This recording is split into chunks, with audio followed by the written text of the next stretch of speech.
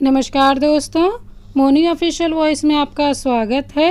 आज की कहानी है बेटी ने अपने पिता की इज्जत की खातिर उठाया कठोर कदम। दोस्तों, अगर आप हमारे चैनल पर नए हैं तो चैनल को अभी सब्सक्राइब कर बेल आइकन को प्रेस करना ना भूलें। चलिए तो कहानी शुरू करते हैं। कितनी प्यास लग रही है और यहाँ तो दूर दूर तक कोई घर भी नहीं दिख रहा। प्यास की वजह से मेरा गला भी सूख गया है। एक नौजवान युवक यही सोचता हुआ आगे बढ़ा जा रहा था।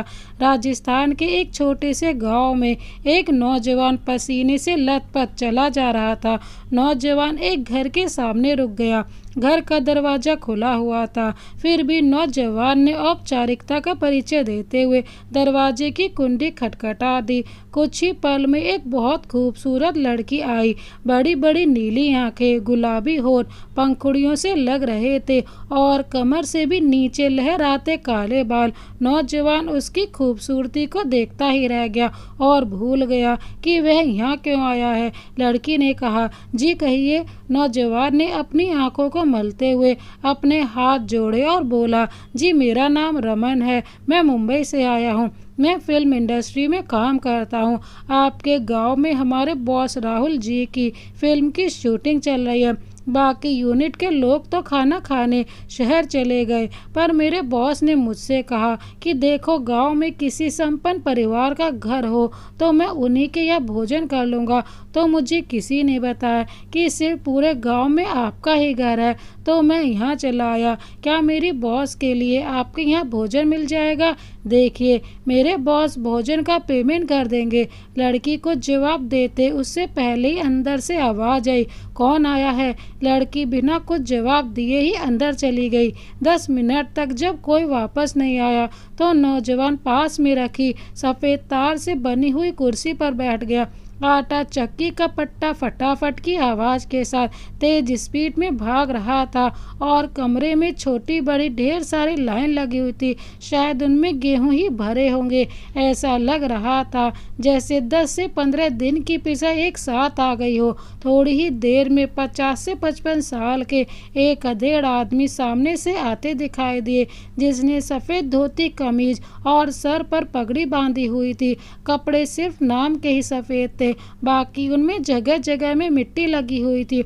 वो खास रहे थे, फिर भी हाथ में सुलगती हुई बीड़ी लिए बोले, राम राम जी आपको। मेरा नाम रमाकांत है जी। आप कहाँ से आए हो? आपको पहचान नहीं पाया। रमाकांत जी ने रमन से कहा। रमन ने उनको अपनी सारी बात बता दी। रमाकांत जी बोले, ओ भाग जी हमारे, अभी आप रुकिए, मैं अभी खाना तैयार कर देता हूँ। रमाकांत जी ने आवाज़ लगाई, गौरी सुने हैं कि जरा 2 लोगों के लिए बढ़िया सा रसोई तैयार कर दे। नौजवान बोला, मैं भी थोड़ी देर में अपने साहब के साथ आता हूँ। गौरी पढ़ी लिखी थी पर बेचारी की माँ नहीं थी। गौरी लगभग 26 साल की ही थी। बाहर जा नहीं सकती थी क्योंकि पिता गांव छोड़कर बाहर जाने को तैयार नहीं थे। पिता के कहने पर उसने भोजन बना दिया था। थोड़ी ही देर में चमचमाती कार से एक हैंडसम सा लड़का निकला और रमाकांत जी की तरफ आया और उसके पैर छूते हुए बोला, काका जी प्रणाम। काका जी, मेरा नाम राहुल है, मैं मुंबई से आया हूँ। आपके गांव में मेरी फिल्म की शूटिंग चल रही है। हमारी भी कई पीढ़ियों ने राजस्थान में ही निवास किया था। आपके घर की खोज इसलिए की क्योंकि मैं लहसुन प्याज नहीं खाता, तो सोचा आपके घर भोजन करके भूख मिटा लूँ। रमाकांत जी बहुत खुश हुआ और बोला, पर बेटा जी, मेरे घर में कुर्सी मेज तो नहीं है, आपको नीचे बैठकर ही भोजन करना होगा। अरे काका जी, मैं ज़मीन में बैठकर भोजन कर लूँगा। राहुल ने पास में रखी दरी को बिछाया और उस पर बैठ गया। राहुल इस बात से अनभिज्ञ था कि इस घर में कोई लड़की भी होगी। रमाकांत जी ने आवाज़ लगाई, गौरी, ओ गौरी, सुने हैं क्या? अरे गौरी, थाली परोस दो, मेहमान पधार गए हैं। राहुल ने जैसे ही गौरी नाम सुना तो सोचने लगा, यह कितना सुंदर नाम है। अभी उसकी सोच से गौरी नाम निकला भी नहीं था कि सामने गुलाबी सूट पहने, हाथों में थाली लेकर एक बहुत ही सुंदर सी लड़की, जिसके बाल खुले हुए थे और कमर के नीचे लहरा रहे थे, उसे देखकर राहुल की आंखें खुली की खुली रह गई। उसने आज से पहले इतनी सुंदर लड़की कभी ना देखी थी। वो भूल गया था कि वह यहाँ भोजन करने आया है। वह लगातार गौरी को घूरे जा रहा था। उसको यह भी सुध बुध ना रही कि बगल में लड़की का पिता भी बैठा है।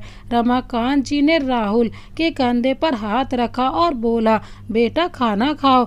राहुल सक पका गया। उसने गौरी से कहा, थैंक्स गौरी जी। गौरी ने जवाब दिया, मोस्ट वेलकम राहुल जी। राहुल का मन भोजन में कम, गौरी की सुंदरता में ज़्यादा लगा हुआ था। राहुल ने मुंह से निवाला डालते हुए रमाकांत जी से कहा, काका जी आपकी बेटी का नाम बहुत सुंदर है। रमाकांत जी मुस्कुरा दिया और कमीज की जेब से बीड़ी का बंडल निकालकर बीड़ी सुलगा ली।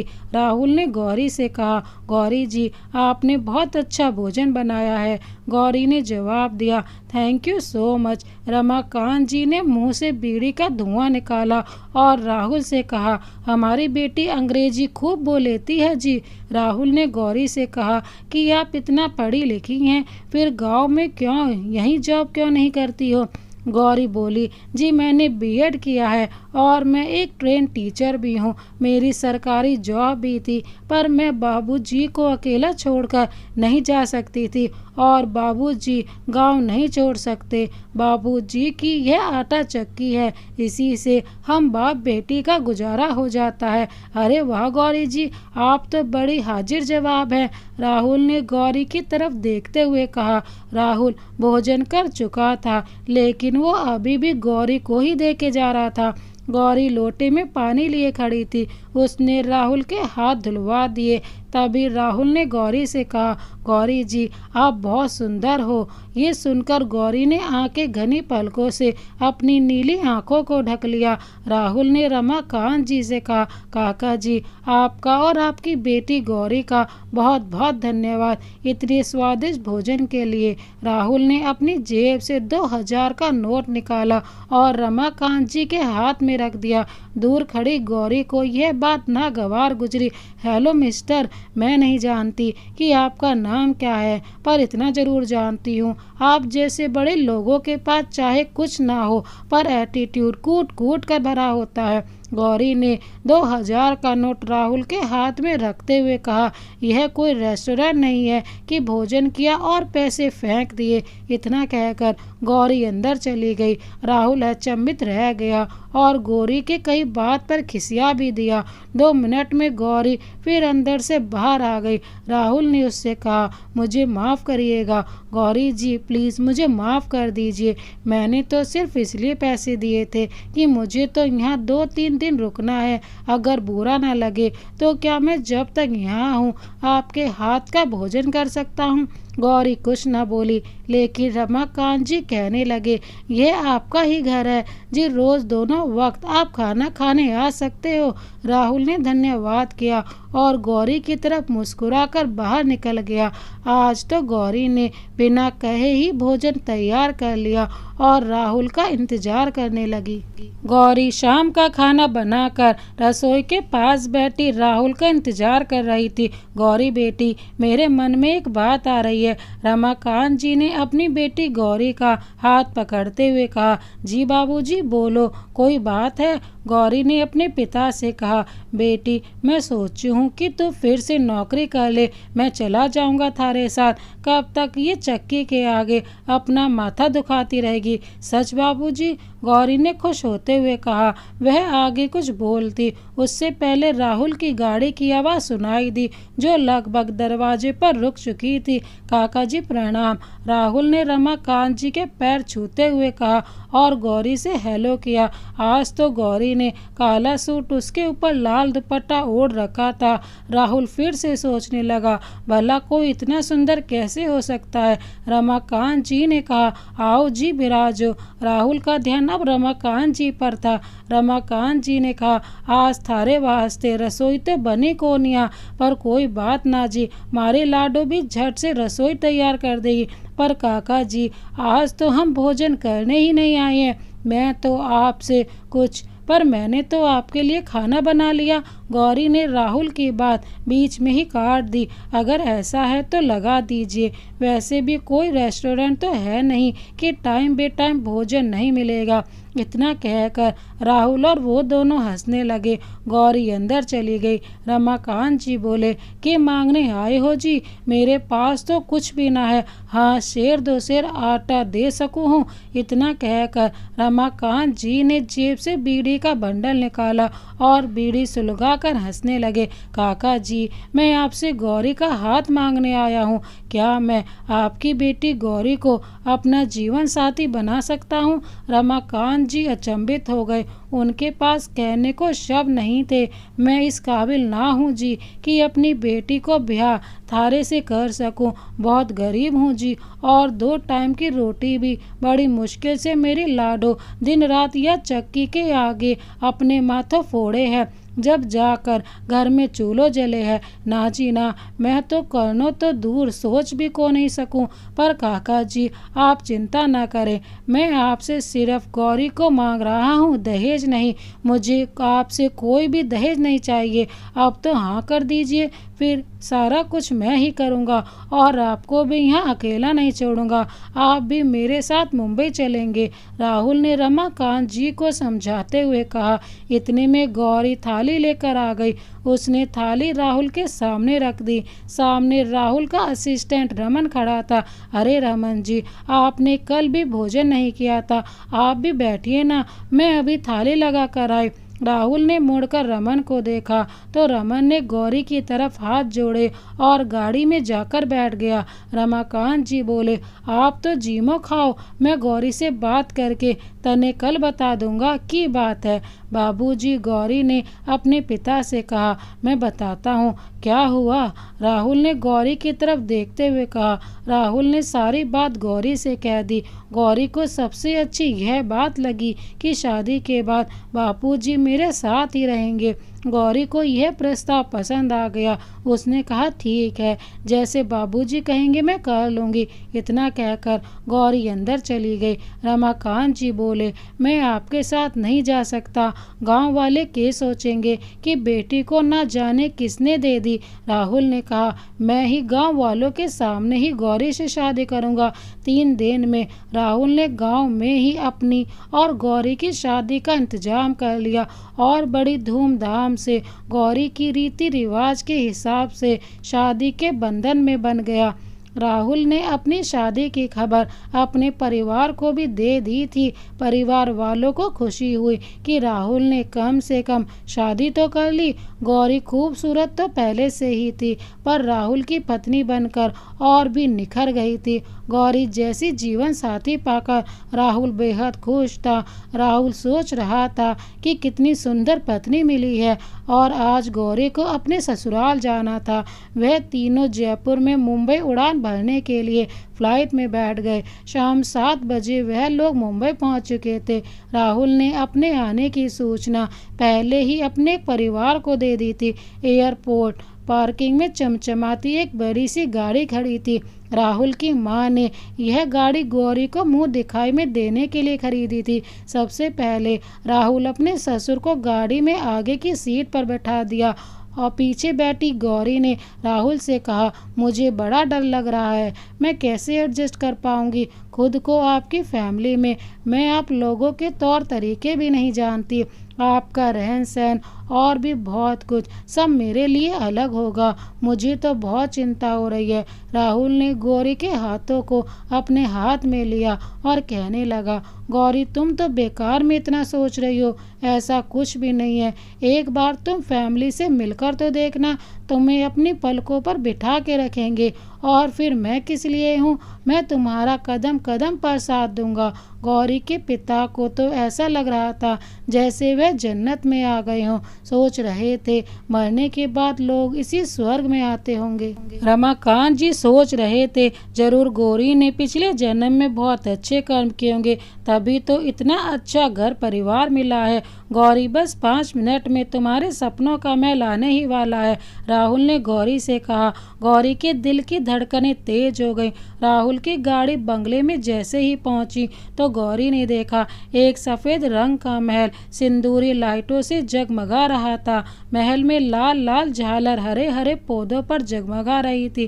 गाड़ी दरवाजे पर रुकी तो गौरी की धड़कन ऊपर नीचे हो रही थी। राहुल ने उसकी नरम कलाइयों को अपने मजबूत हाथों से दबाकर शांत बना दी। राहुल की माँ, दो छोटी बहनें और पिता दरवाजे पर गौरी के स्वागत के लिए खड़े थे। राहुल की माँ पूजा की थाली ली जिसमें गुलाब की पंखुड़ियों के बीच दिया टिमटिमाते हुए इस घर की नई नवेली दुल्हन के स्वागत का इंतजार कर रहा था। कार से राहुल उतरकर गौरी की साइड आया और कार का दरवाजा खोलकर गौरी को उतारने के लिए अपना दाहिना हाथ आगे बढ़ाया। गौरी ने अपना बायां हाथ राहुल की तरफ बढ़ा दिया। गौरी का पहला कदम जैसे ही कार के बाहर पड़ा, पूरे फर्श पर लाल गुलाब की पंखुड़ियों ने उसके पाँव को अपने कब्जे में ले लिया और राहुल दरवाजे की ओर जैसे जैसे आगे बढ़ रहा था वैसे वैसे राहुल की फैमिली उत्साहित हो रही थी। राहुल और गौरी के पीछे उनके पिता चले आ रहे थे जो शायद राहुल के परिवार को नजर नहीं आ रहे थे। वैसे तो गौरी के पिता ने नए नए कपड़े पहने थे और हाथ में एक हरे रंग का झोला लिए थे जिस पर खैनी खाते हुए किसी फिल्म हीरो की फोटो लगी थी। नए कपड़ों से भी उनकी गरीबी झांक झांक कर इस महल को देख रही थी। गरीब कभी कभी यदि नए कपड़े भी पहन ले तो वो भी वह अमीर नहीं बन जाते। उसकी गरीबी उसके चेहरे के हाव भाव से झलक ही जाती है और यदि अमीर आदमी फटी जीन्स भी पहने तो उसकी अमीरी घुटनों से झांकती हुई नजर आती है। अमीर और गरीब में बहुत फर्क होता है। राहुल की माँ ने दोनों को तिलक किया और आरती उतारी तो जलता हुआ दिया जैसे ही गौरी के चेहरे के पास पहुँचता है तो उसकी खूबसूरती पर मर मिटता है। राहुल की दोनों बहनों और पिता ने गुलाब की लाल पंखुड़ियों की बौछार गौरी पर कर दी। राहुल की माँ बोली, राहुल तू तो पूरे के पूरे चांद का इस महल में ले आया है। फिर सभी लोग खिलखिला कर हंस पड़े। गौरी पलके झुकाए थी। दोनों लोग माता पिता के आशीर्वाद के लिए जैसे ही माता पिता के कदमों में झुके तो राहुल की दोनों बहनों को सामने रमाकांत जी दिखाई दिए। दोनों की दोनों बहनों के रमाकांत जी को देखकर होश उड़ गए। दोनों एक साथ बोली, अरे भाभी, आप तो बड़ा नौकर भी साथ लाई हो। यह सुनकर गौरी के पिता के हाथों से झोला नीचे गिर गया। गौरी अभी उनके पैरों को छू नहीं पाई थी कि उसका कलेजा फट गया। वो तमतमा उठी और राहुल की बहनों की तरफ चिल्लाते हुए बोली, माइंड योर लैंग्वेज, जरा जुबान संभाल कर बात करो। वह नौकर नहीं, मेरे बाबूजी हैं। तुम लोगों को बात करने की तमीज नहीं है। यह संस्कार दिए हैं तुम लोगों को तुम्हारे माता पिता ने। तुम्हें समझ नहीं है किस इंसान से किस तरह से बात करनी चाहिए। गौरी का यह प्रहार सीधे राहुल के माता पिता को जाकर लगा था। गौरी ने 4 कदम पीछे जाकर अपने पिता को गले लगाया जिनकी आंखों से आंसू की धारा बह रही थी। वाह राहुल जी वाह, अभी 10 मिनट पहले क्या कहा था आपने? मेरी फैमिली से मिलना तुम्हें पलकों पर बिठा कर रखेंगे। यह फैमिली है आपकी। आपने यह बात क्यों छिपाई अपने परिवार से कि मैं और मेरे पिता बहुत गरीब हैं और मेरे पिता भी मेरे साथ यहाँ आ रहे हैं? अरे हम गरीब भी सही पर इज्जत बहुत कमाई है और मेरे बापूजी ने मुझे सुख सुविधाओं से वंचित रखा तो क्या हुआ, पर गरीब किसी का मजाक नहीं उड़ाते। वाह राहुल जी वाह, आपने सुनहरे सपने दिखाकर अंधेरे कुएं में डाल दिया। ये आपके महल की चौखट मुझे कचोट रही है। मुझे बिल्कुल भी विश्वास नहीं था कि आप हम दोनों के साथ इस तरह का व्यवहार करेंगे। अब मैं इस दहलीज के उस पार गई तो ना जाने मेरा भविष्य मुझे कहाँ ले जाएगा। वैसे भी हमारे बीच पति पत्नी जैसा कुछ नहीं रहा। मैं आपसे माफ़ी चाहती हूँ और इस रिश्ते को इसी वक्त गुमनाम करती हूँ। राहुल ठगा सा रह गया। गौरी जी, आप ये क्या कह रही हो? इतनी छोटी सी बात के लिए आप इतना बड़ा कदम कैसे उठा सकती हो? गौरी एक बार फिर से भड़क गई। यह छोटी सी बात है? एक पिता का अपमान बेटी के सामने ये अनजान लोग कर रहे हैं, यह छोटी बात है। यह अपमान आपके पिता का किया होता तब भी आपके लिए छोटी सी बात होती। गौरी के पिता आगे बढ़े और गौरी का हाथ पकड़ कर बोले, ये काय कर रही है तू लाडो, पागल हुए है क्या? इसमें के बेइज्जती की बात है? गरीब बेटी का बाप तो नौकर ही हुआ करे है, इसमें के गलत बोली है? तेरी ननद सा इन छोटी छोटी बातों का बतंगड़ नहीं बनाया करे। और गौरी फिर तू ये भी तो देख, अपना जवान सा तो तने कुछ न बोल दिया। गौरी थोड़ी शांत हुई तो राहुल की माँ ने कहा, तुम्हारी ननद नादान है गौरी, उनकी तरफ से मैं तुझसे माफ़ी मांगती हूँ। मैं यह जानती हूँ कि उनसे गलती हुई है, पर यह भी सच है कि यह गलतियों से जानबूझकर नहीं हुई है। राहुल की दोनों बहनें सीमा और दीपा भी आगे बढ़ी और गौरी के पिता के पैरों में गिरकर बोली, अंकल जी हमें माफ़ कर दीजिए, हमने आपका दिल दुखाया हो तो हमें बिल्कुल भी नहीं पता था कि आप भाभी के पिता हैं। राहुल ने गौरी से कहा, चलो अंदर और भूल जाओ सब कुछ जो कुछ अनजाने में हुआ। राहुल के पिता ने गौरी के पिता के आगे हाथ जोड़े और कहा, आप हमारे रिश्तेदार हैं, हमारे समधी हैं, हम लोगों से जो अपराध हुआ उसकी हम आपसे माफ़ी मांगते हैं। और हमारी गौरी बहू भी गलत नहीं है, कोई भी बेटी भला अपने पिता के बारे में आप शब्द कैसे सुन सकती है? राहुल के पिता ने गौरी के सर पर हाथ रखते हुए कहा, मुझे गर्व है अपनी बहू पर जिसने पहले ही दिन इतना साहस दिखाया और आगे के लिए आगाह किया कि उसके पिता को कोई कुछ न कह सके। सीमा और दीपा ने गौरी से कहा, हमें माफ़ कर दो भाभी, इतनी सुंदर भाभी गुस्से में जरा भी अच्छी नहीं लगती। और भाभी जी आप बहुत ही खूबसूरत हैं और हम दोनों तो आपकी छोटी बहनों की तरह हैं। और आप देखना हम तीनों बहुत अच्छी फ्रेंड्स भी बहुत जल्दी बन जाएंगे। गौरी को अब ना जाने क्यों अपने किए पर पछतावा होने लगा और वह सास ससुर के पैर छूने के लिए झुक गए। राहुल और पूरे परिवार में एक बार फिर से खुशी का माहौल बन गया। सभी आपस में हंसने लगे। राहुल ने हंसकर गौरी से कहा, अब तो अंदर चलो मेरी झांसी की रानी। सभी लोग डाइनिंग टेबल पर बैठे थे। राहुल की माँ ने अपने हाथों से गौरी के मुंह में खीर से भरा चम्मच लगाया और सीमा और दीपा ने भी एक एक निवाला गौरी को खिलाया। गौरी के पिता ने कहा, ये लोग भी इसने माफ़ कर दियो। सभी लोग एक साथ मुस्कुरा दिए। रमन राहुल का असिस्टेंट, वह अक्सर सुबह के टाइम राहुल को लेने आता ही था।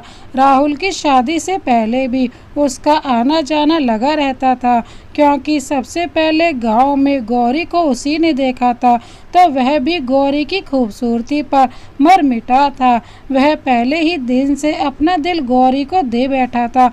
आज जैसे ही रमन राहुल के डाइनिंग रूम में आया तो सामने उसको गौरी दिख गई। गौरी की सुंदरता ही थी जो उसको अन्य लोगों से भिन्न करती थी। आज गौरी ने फिरोजी रंग की साड़ी पहनी थी और उसके खुले बाल फिरोजी साड़ी पर ऐसे लहरा रहे थे जैसे आसमान में काले बादल उमड़ घुमड़ कर रहे हो। तो मैं अंदर ही अंदर सोच रहा था कि काश यह खूबसूरती उसके हिस्से में आती। गौरी ने जब रमन को देखा तो उसकी तरफ बढ़ती हुई बोली, हेलो रमन जी, कैसे हैं आप? इतना सुनते ही रमन हड़बड़ाकर सोफे से और खड़ा हुआ और बोला, गुड मॉर्निंग मैडम, मैं अच्छा हूँ, आप कैसी हैं? और हमारे साहब का यह राजमहल आपको कैसा लगा? और आपका मन तो लग ही गया होगा। और हमारे काका जी कैसे हैं? रमन ने तो प्रश्नों की एक साथ झड़ी लगा दी। गौरी ने बस सारी बातों का एक ही उत्तर दिया, रमन जी सब कुछ ठीक है, आपके साहब बाथरूम में हैं, अभी नीचे आते होंगे। रमन, मैं सोच रहा था इतने प्रश्नों का उत्तर देने में जितना टाइम लगेगा उतनी देर में मैं इसकी खूबसूरती जी भर के देख सकूंगा, पर ऐसा हो न सका। गौरी डाइनिंग टेबल की तरफ चली गई जहां घर के नौकरों ने पहले से ही सब तैयार कर रखा था। फिर भी गौरी बहू होने के नाते टेबल पर रखे नाश्ते को इधर से उधर कर रही थी। सीमा और दीपा भी खिलखिलाती हुई जीने से उतर रही थी। गौरी के करीब आते ही सीमा ने उसको पीछे से पकड़ लिया और गुदगुदी करती हुई बोली, मेरी लाडो भाभी। गौरी मुस्कुरा दी और बोली, लाडो कहना कहाँ से सीखी तुम? Good morning. अरे वो अंकल जी यानी आपके डैड वही कहते हैं। आपसे तो मैंने उन्हीं से सीखा है। और फिर तीनों एक साथ हंसने लगी। गौरी एक बार फिर रमन के करीब गई और उसने कहा, रमन जी आप भी ब्रेकफास्ट कर लीजिए, मैं यही भिजवा देती हूँ। रमन को एक बार फिर से गौरी से बात करने का मौका मिल गया। वह गौरी से हंस के बात कर रहा था। गौरी भी उसकी बात का जवाब हंसते हुए दे रही थी। हालांकि गौरी यही कह रही थी कि आपने गांव में भी मेरे हाथ का बना कुछ भी नहीं खाया और यहाँ भी इनकार कर रहे हैं। इसी बात को लेकर रमन और गौरी हंस रहे थे। यही बात सीमा और दीपा को तीर की तरह चुभ रही थी और दोनों आपस में खुसर फुसर करने लगी। हाउ चीप यार, देखो जहाँ महारानी को कैसे मुंह लगा रखा है। दो कौड़ी के असिस्टेंट को। सीमा और दीपा गौरी के सामने कुछ और रहती थी और पीठ पीछे कुछ और। यही हाल राहुल के माता पिता का था। पहले दिन की घटना सभी घर वालों के दिलो दिमाग में बैठ गई थी। बस एक राहुल ही ऐसा था कि समझ रहा था कि उसके घर वाले उस घटना को भूल गए, पर उसकी यह गलतफहमी थी। सीमा और दीपा ने कहा, लगता है गौरी का इसे पुराना याराना है। इसके गांव में शूटिंग जो हुई थी, लगता है यह दोस्ती वहीं की है। सीमा और दीपा जब अकेली रहती तो गौरी को ढंडोरा ही कहकर बुलाती थी। सभी लोग नाश्ते की टेबल पर थी। राहुल ने रमन को अपने पास बुला लिया और बोला, सब कुछ रेडी है ना? और मैंने जो गैस की लिस्ट दी थी वह एकदम परफेक्ट है ना? उसी के हिसाब से सभी को इनवाइट कर दो। और ध्यान रखना, यह मेरी और गौरी की शादी की पार्टी है, किसी भी चीज़ की कमी नहीं होनी चाहिए। सीमा और दीपा खिलखिला कर उठी, भैया तुमने पहले क्यों नहीं बताया कि शाम को पार्टी है? हम लोगों को कितनी तैयारी करनी होगी, कैसे हो पाएगा शाम तक?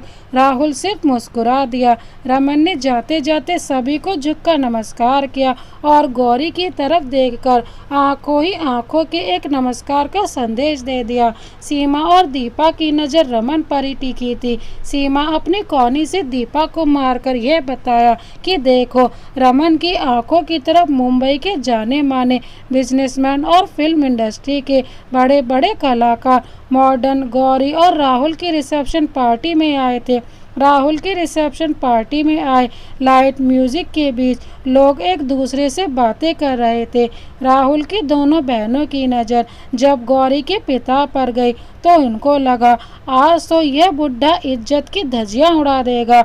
उन्होंने वेटर से कहकर कोल्ड ड्रिंक में कुछ मिलवाकर उनको पिलवा दिया। कुछ ही देर में वे निंद्रा के आगोश में आ गए तो दोनों ने मिलकर उन्हें गार्ड रूम लिटा दिया। थोड़ी ही देर में अनाउंसमेंट हुआ कि मिसेस एंड मिस्टर राहुल आप सभी के बीच आ रहे हैं। जोरदार तालियों के साथ नवविवाहित जोड़े का स्वागत किया जाए। गौरी आज किसी अप्सरा से भी कहीं ज़्यादा खूबसूरत लग रही थी। राहुल के हाथों में हाथ डाले गौरी एकदम कदम बढ़ाई जा रही थी। वो जिधर भी निकलती उधर ही लोग अचंभित हो जाते। Producer, director, model, hero, heroine सभी लोग उसकी खूबसूरती की दाद दे रहे थे। रमन दूर खड़ा ही गौरी को निहार रहा था। क्योंकि वो राहुल का असिस्टेंट था तो काफ़ी लोगों ने उसको अप्रोच किया कि वह मिसेस राहुल को अपनी फिल्म में लॉन्च करना चाहते हैं। तो कोई कहता ये मॉडलिंग की दुनिया में धमाका मचा सकती है। पार्टी पूरे शबाब पर थी। गौरी ने आज से पहले ऐसा माहौल नहीं देखा था। हर कोई राहुल से गौरी की तारीफ करता। बहुत से लोगों ने गौरी से यह बोल दिया कि गौरी जी आप फिल्म इंडस्ट्री में धमाल मचा सकती हैं। राहुल मुस्कुरा भी रहा था और खिसिया भी रहा था। गौरी की नज़रें बीच बीच में पिता को तलाश रही थी पर वो कहीं नजर नहीं आ रहे थे। गौरी से जब कोई मिलने आता उस पल वह अपने बाबूजी को भूल जाती। देर रात जब पार्टी खत्म हुई तो सभी घर वाले हॉल से अंदर की तरफ आ रहे थे। गौरी ने राहुल से कहा, राहुल जी, बापू जी कहीं नजर नहीं आ रहे, कहीं वे बंगलों से बाहर तो नहीं चले गए। राहुल ने कहा, रुको मैं फ़ोन करता हूँ। तभी सीमा और दीपा एक साथ बोले, हाँ राहुल भैया, हमने उनको गार्ड रूम के बाहर स्मोकिंग करते हुए देखा था। राहुल ने फ़ोन पर बात की तो गार्ड ने बताया कि बहुरानी के पिताजी मेरे रूम में ना जाने कब से सो रहे हैं।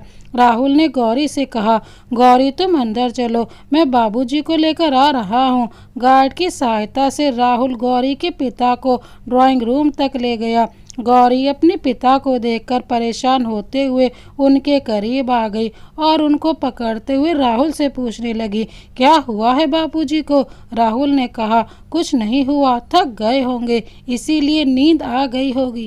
अरे नहीं गौरी भाभी, अंकल जी थके नहीं है, बल्कि जरा से ज़्यादा ड्रिंक कर ली है और कुछ नहीं। भैया क्या आप भी भाभी से कहते क्यों नहीं कि अंकल ने कुछ ज़्यादा ही चढ़ा ली है शराब? सीमा, कुछ भी बोले चली जा रही हो, मेरे बापूजी तो जानते भी नहीं कि शराब क्या होती है और तुम कह रही हो जरा सी ज़्यादा चढ़ा ली।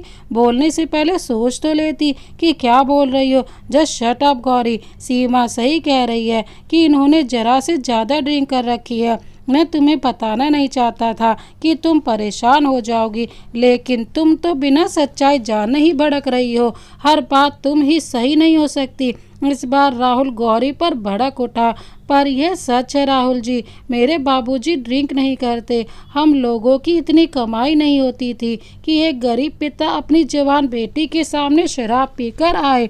जब पूरे परिवार ने देखा कि राहुल का मूड पार्टी के बीच से ही डिस्टर्ब था और इस वक्त लोहा भी गर्म था, तो क्यों न चोट मारी जाए। सीमा ने गौरी की बात का जवाब दिया, आप सही कह रही हो भाभी, इतनी महंगी शराब भला गरीब कहाँ से पिएगा? पर यहाँ कौन सी अंकल जी को खरीद कर पीनी थी, यहाँ तो फ्री की है ना, सो पी ली होगी बेचारे ने। राहुल ने पार्टी में देखा, हर कोई गौरी को ही देख रहा था। कुछ अच्छी नज़रों से देख रहे थे तो कुछ लोगों की नज़रों में एक अजीब सी हवस थी।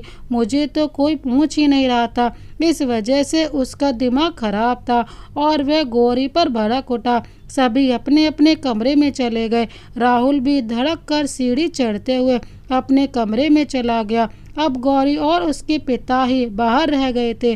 गौरी अपने पिता को सोफे पर लिटाना चाहती थी, पर वह कोशिश करने के बाद भी उनके सोफे पर नहीं लिटा सकती थी। तभी रमन अंदर आया, जो कि अभी तक लॉन में ही था। टेंट और अन्य लोगों का हिसाब करने के बाद वह अंदर इसलिए आया था कि राहुल को बोल दे कि अब मैं घर जा रहा हूँ, पर यहाँ गौरी को रोता देखा तो उसकी मदद करने लगा। रमन ने यह भी बताया कि सीमा और दीपा आपके पिता को लेकर गार्ड रूम की तरफ पार्टी शुरू होने से पहले जा रही थी। मैं जल्दी में था इसीलिए पूछ नहीं सका। रमन ने गौरी के पिता को अपनी गोद में उठाकर सोफे पर लेटा रहा था। तभी ऊपर से सीमा ने ड्राइंग रूम में झांकते हुए रमन से कहा, अरे ओ आशिक, तू अकेले में भाभी के साथ क्या कर रहा है? रमन ने सीमा को कोई जवाब नहीं दिया, गौरी की तरफ हाथ जोड़कर अपने घर चला गया। सीमा की बात गौरी के दिमाग को डिस्टर्ब कर रही थी कि सीमा ने रमन को आशिक क्यों कहा। गौरी अपने पिता के करीब बैठी थी, उन तमाम बातों के बारे में सोच सोच कर परेशान थी। कितना मुश्किल होता है किसी दूसरे के यहाँ अपने आप को व्यवस्थित करना। बापूजी को शराब पिलाने का मकसद मैं पूरी तरह समझ गई। बाबूजी पार्टी में ना आए इसीलिए इनको गार्ड रूम में सुला दिया गया, वह भी शराब पिलाकर।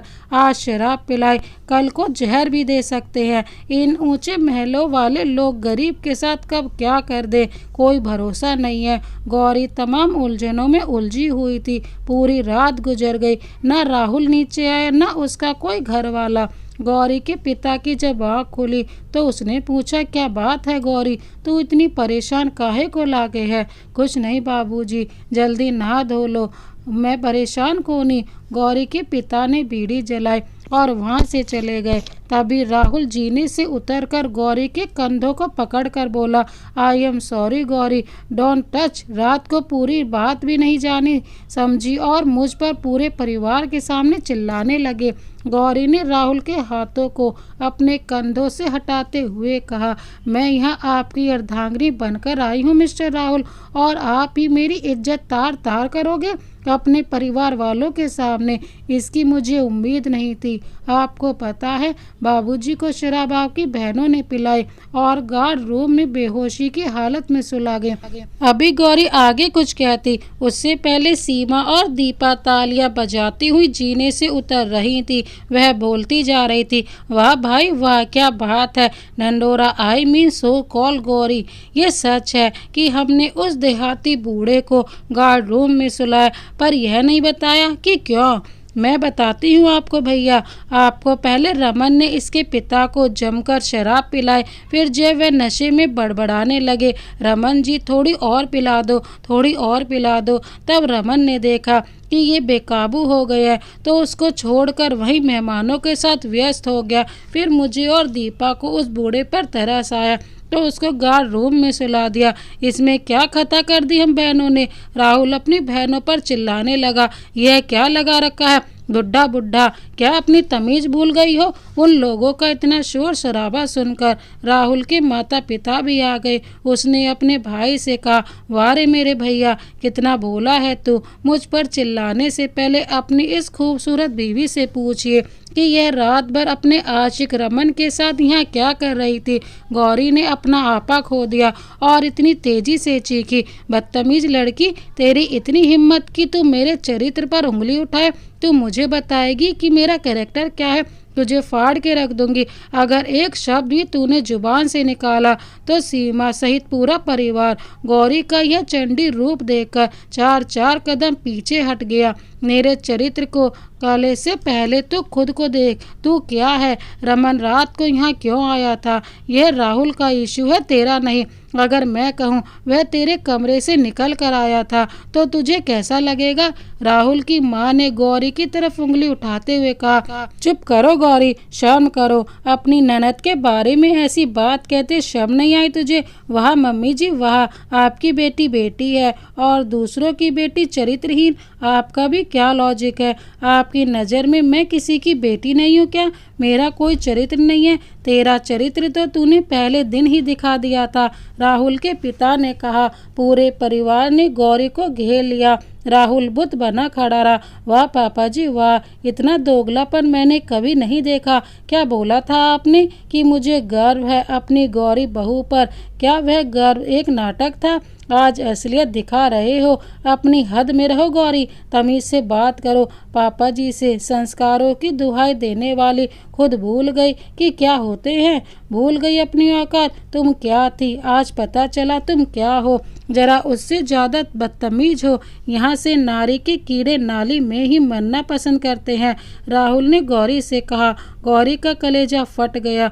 राहुल की इस तरह की बात सुनकर उसने बस राहुल से इतना ही कहा, तुम एक दिन बहुत पछताओगे। मैं इसी वक्त चली जाऊंगी, पर ध्यान रखना मेरी बात पर, मेरे चरित्र पर उंगली उठाने वालों को ईश्वर कभी माफ़ नहीं करेगा। मैं आज तक राहुल के अलावा अपने दिल और दिमाग में किसी को जगह नहीं दी। मेरी बद्दुआ तुम लोगों का पीछा कभी नहीं छोड़ेगी। रमन जब सुबह घर आया तो रमन की नज़रें गौरी को ढूंढ रही थी। वैसे तो वह कल हुई पार्टी का हिसाब किताब करने आया था, लेकिन गौरी उसे अक्सर दिख जाया करती थी। राहुल ने रमन से कहा, कल पूरी रात तो घर नहीं गया था। ऐसा कौन सा काम था यहाँ जो तूने पूरी रात यहाँ गुजार दी। मैं तो अभी अपने घर से ही आ रहा हूँ, भला मैं यहाँ पूरी रात क्यों रुकता। वह रात जाने वक्त आपसे मिलने जरूर आया था। ये कहने की काम खत्म हो गया और मैं घर जा रहा हूँ। लेकिन गौरी मैडम ने बोला कि आप ऊपर सोने के लिए चले गए, तो मैं गौरी मैडम को ही बताकर चला गया था। राहुल ने तड़ाक से एक थप्पड़ रमन के गाल पर जड़ दिया। साले तेरी यह औकात कि तू मेरी बीवी का नाम ले। राहुल ने रमन का कॉलर पकड़ा और कहा कि तूने मेरे ससुर को इतनी ज़्यादा दारू पिला दी कि वह रात भर बेहोश पड़ा रहा। रमन बोला, सर मैं भला उनको दारू क्यों पिलाऊंगा। दारू तो आपकी दोनों बहनों ने गार्ड से कहकर उनकी कोल्ड ड्रिंक में मिलाकर पिलवाई थी। सर मैंने खुद देखा आपकी बहनों को, उनके गार्ड रूम में ले जा रही थी। प्रिया और दीपा ने जब देखा कि राहुल रमन की धुनाई कर रहा है तो वह दोनों सीढ़ियों से उतर रही थी, दबे पांव वापस जाने रहेगी। राहुल ने उन दोनों को देख लिया था पर रमन के सामने कुछ न बोला। आज के बाद कभी इस तरफ न आना, आज से तेरी नौकरी खत्म। राहुल ने रमन का कॉलर पकड़कर उसे धकेल दिया। रमन ने जाते वक्त सिक्योरिटी गार्ड से पूछा, कोठी में सब ठीक तो है? गार्ड ने बताया, अभी अभी मैम साहब और उनके पिताजी हमेशा के लिए अपने गांव चले गए हैं। रमन समझ गया कि रात को जरूर कुछ तमाशा हुआ होगा। कोठी में रमन ने अपनी बाइक उठाई और रेलवे स्टेशन की तरफ दौड़ दिया, लेकिन रास्ते में ही उसको गौरी और उसके पिता दिख गए। उसने गौरी से अभी अभी उसके साथ जो कुछ भी राहुल ने किया सब कुछ बता दिया। गौरी ने कहा, रमन जी, हम लोग हमेशा के लिए गांव जा रहे हैं। बहुत देख लिए आपके साहब की रहीसी। नहीं मैडम, आप कहीं नहीं जा रही। आपके लिए तो बहुत ऑफर है इंडस्ट्री में काम करने के लिए, आपको कहीं जाने की जरूरत नहीं है। रमन ने गौरी को बताया कि मैं आज ही 102 कॉन्ट्रैक्ट आपको साइन करा सकता हूं, लेकिन भला मैं ये काम कैसे कर पाऊंगी? आप फिक्र ना करें, मैं इन सब में आपकी मदद करूंगा। वैसे भी राहुल सर ने मेरी नौकरी ले ली। आप लोग चलिए मेरे घर और आराम से रहिए। गौरी ने कहा, ये तो संभव ही नहीं है, मैं आपके साथ आपके घर में रहूं। गौरी के दिमाग में भी सीमा की कही हुई बात घूम गई। उसने रमन को मेरा आशिक बोला था। गौरी ने कहा, आई एम सॉरी, पर मैं आपके घर नहीं रुक सकती, लेकिन आप मेरी मदद ही करना चाहते हैं तो मुझे किसी धर्मशाला या होटल में ठहरा दीजिए, मैं काम मिलने तक वहीं रह लूँगी। गौरी ने अपने हाथ से सोने के 2 कंगन निकाले जो कि उसकी खुद की कमाई के थे, अपनी शादी के लिए बनवाए थे। उसने सोचा, जब शादी ही नहीं बची तो वह कंगन का क्या करेगी। रमन ने कहा, इसकी ज़रूरत नहीं है गौरी जी, मेरे कहते हुए आपको यह कंगन बेचने पड़े तो मेरे रहने का क्या फ़ायदा। आप इन कंगन को रखो और अभी जितना भी होटल में रहने का खर्चा है वह मैं कर दूंगा, उधार समझ लीजिए, आप वापस कर दीजिएगा। रमन ने गौरी और उसके पिता को होटल में रुकवा दिया और उसी दिन इंडस्ट्री से जो ऑफर कल रात पार्टी में उनसे बात करके 10 कॉन्ट्रैक्ट गौरी के साइन करवा दिए। साइन अमाउंट गौरी के हाथ में रख दिया। गौरी ने ऑडिशन देना शुरू की तो वह रातों रात एक बड़ी मॉडल बन गई। 2-4 बार में ही गौरी ने कैमरा फेस करना सीख लिया। कुछ ही दिनों में गौरी ने एक फ्लैट किराए पर ले लिया। राहुल और उसके परिवार ने जब गौरी को मैगजीन की कवर पेज में देखा तो उनके होश उड़ गए। एक दिन पेपर में गौरी का इंटरव्यू छपा तो उस पेपर में राहुल और उसके परिवार की धज्जियां उड़ा दी गई थी। इंडस्ट्री ने राहुल को काम देना बंद कर दिया। बदनामी के डर से राहुल ने घर से निकलना बंद कर दिया। राहुल के घर में रुकने से घर में क्लेश चालू हो गया। उधर गौरी को खूब काम मिलना शुरू हो गया। रमन अब राहुल का नहीं, गौरी का मैनेजर बन गया था। जब राहुल अब साथ डिप्रेशन से गुजरने लगा, एक तरफ गौरी का कामयाबी जो कि राहुल और उसके परिवार को रास नहीं आ रही थी। एक दिन राहुल को वह फालिस मार गई। अब तो वह पूरी तरह से टूट चुका था। राहुल का करियर लगभग डूब ही गया था। अटैक के बाद वो लगभग टूट सा गया था। माता पिता और बहनें भी उसका ख्याल नहीं रखती थी। उधर गौरी का करियर छलांग मार रहा था। हर तरफ एक ही जुबान पर गौरी ही गौरी था। आलीशान बंगला, कई गाड़ियां और नौकर चाकर की कोई कमी नहीं थी। गौरी के पिता का हुलिया कपड़ा बदल गया था। अब वो बीड़ी की जगह सिगार पी रहे थे। रमन जी, आप हर वक्त इतना परेशान क्यों रहते हैं? गौरी ने रमन से पूछा। मैं तो कितनी बार कहा था आपको एक असिस्टेंट रखने के लिए, पर आप सुनते ही कहाँ हैं। इतना काम का बोझ अच्छा नहीं है। रमन कैसे कहता कि उसका काम का बोझ नहीं, बल्कि वह तो गौरी के प्यार में पागल था। ये एक तरफा मोहब्बत का सिलसिला तभी शुरू हो गया था जब उसने गांव में पहली बार गौरी को देखा था। जी गौरी मैम, ऐसी कोई बात नहीं है, मैं एकदम ठीक हूँ, रमन ने गौरी से कहा। Gauri, I want to go to the village for a day. Gauri के पापा ने मुंह में सिगार लगाते हुए कहा। वह महंगे और शानदार कपड़ों में थे, गले में टाई और हाथ में सोने का चमकता हुआ ब्रेसलेट पहने थे। गौरी ने पलट के देखा तो उसके पिता उसकी तरफ ही आ रहे थे।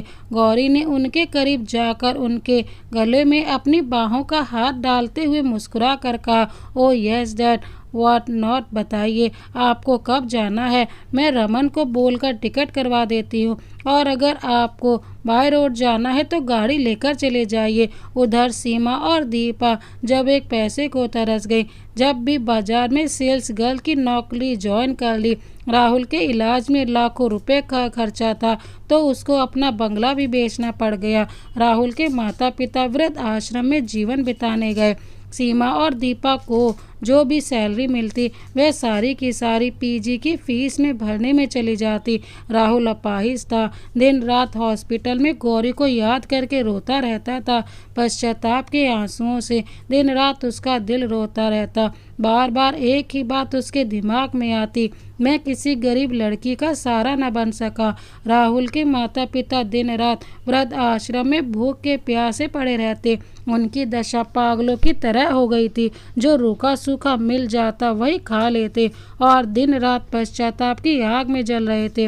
राहुल की माँ कहती, मानो या ना मानो, यह सब उस गौरी बहू का किया है जो हमारा परिवार उजड़ गया। हमने उसकी जिंदगी में जो जहर घोला यह उसी का नतीजा था। रमन ने आज हिम्मत कर ही दी और गौरी को मौका पाकर अपने प्यार का इजहार करने को कहा। गौरी अपने लॉन में बैठी थी। संडे का दिन था। सामने मेज पर कॉफ़ी रखी थी। रमन गौरी के करीब आया और हाथ में पेन और डायरी खोलकर खड़ा हो गया। आइए रमन जी, आज कहीं मीटिंग है क्या? गौरी ने रमन से कहा। जी मैडम, आपको आपके शकुंतलम वृद्धाश्रम में उनकी नई बिल्डिंग का इनॉर्गेशन करना है। दूसरा लोअर फ्लोर में बिग बाजार में हांगकांग की एक मोबाइल कंपनी के शोरूम का इनॉग्रेशन करने के लिए जाना है। रमन जी, आप एक काम करिए, अकाउंट मैनेजर को बोलकर वृद्ध आश्रम के नाम 30 लाख का एक चेक बनवा दीजिए चैरिटी के लिए, और अगले दिन के सारे अपॉइंटमेंट कैंसिल कर दीजिए, क्योंकि मुझे डैड को लेकर विलेज जाना है। वे काफ़ी दिनों से कह रहे हैं। गौरी इतना कहने के बाद कुर्सी से उठकर अंदर जाने लगी। तभी रमन ने सकुचाते हुए गौरी को रोक लिया। मैडम, मैं आपसे कुछ कहना चाहता हूँ। मैं बहुत दिनों से इस बोझ को लेकर घूम रहा हूँ। गौरी ने पलटकर रमन की तरफ देखा। जी कहिए रमन जी, क्या बात है? Madam, I love you, I like you, I want to marry with you. Raman ने एक ही सांस में सब कुछ कह डाला। गौरी ने अपने दोनों कंधे झुकाते हुए ताली बजाई और जोर जोर से हंसने लगी। Are you mad Raman ji? ये क्या बचकाना मजाक है? आप क्या कह रहे हो? जानते भी हो आपको पता नहीं क्या कि मैं एक शादीशुदा लड़की हूँ और मेरे राहुल के बीच कोई तलाक नहीं हुआ है, और तलाक लेने या देने की मेरे दिमाग में कभी आया भी नहीं और ना आएगा। मैं भले ही उनसे अलग हो गई और कितनी ही बड़ी स्टार हूँ, पर मैं यह कभी नहीं भूल सकती कि मैं राहुल की भ्राता हूँ।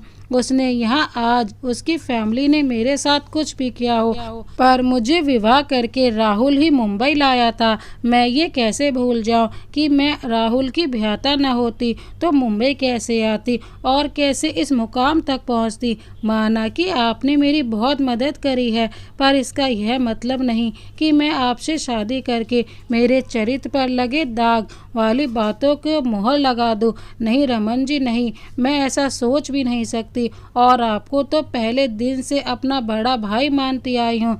रमन के शरीर का सारा खून सूख गया और खिसियाता हुआ गर्दन झुका के गौरी के सामने हाथों को जोड़कर बोला, मुझे माफ़ कर दीजिए मैडम जी, मुझे माफ़ कर दीजिए। शकुंतला वृद्ध आश्रम में जैसे ही गौरी पहुंची तो उसकी सास ससुर को पता चल गया कि गौरी ही नई बिल्डिंग में आई है, और तो दोनों लोग लड़खड़ाते हुए वहां पहुंच गए। गौरी ने फीता काटा, फिर 30 लाख का चेक मैनेजर को दे दिया और लौटने लगी। तभी राहुल के माता पिता उसके पैरों में गिर गए और गिड़गिड़ाने लगे, हमें माफ़ कर दो गौरी बहू। गौरी ने जब अपना नाम सुना तो जड़वत हो गई। उसने दोनों बुजुर्गों को अपने हाथों से उठाया तो देखा उनकी आंखों से आंसू की धारा बह रही थी।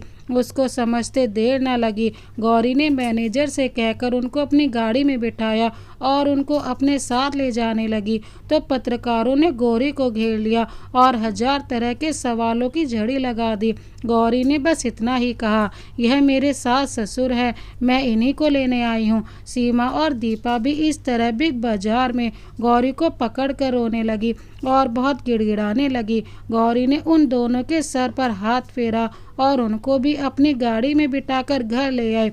गौरी जानती थी कि राहुल किस हॉस्पिटल में है। अपने पूरे परिवार को लेकर वह राहुल के पास गई। राहुल गौरी को देखते ही बच्चों की तरह फफक कर रोने लगा। गौरी ने उसे अपने सल से ढककर गले लगा लिया और उसके बालों में हाथ फेरते हुए खुद भी रोने लगी।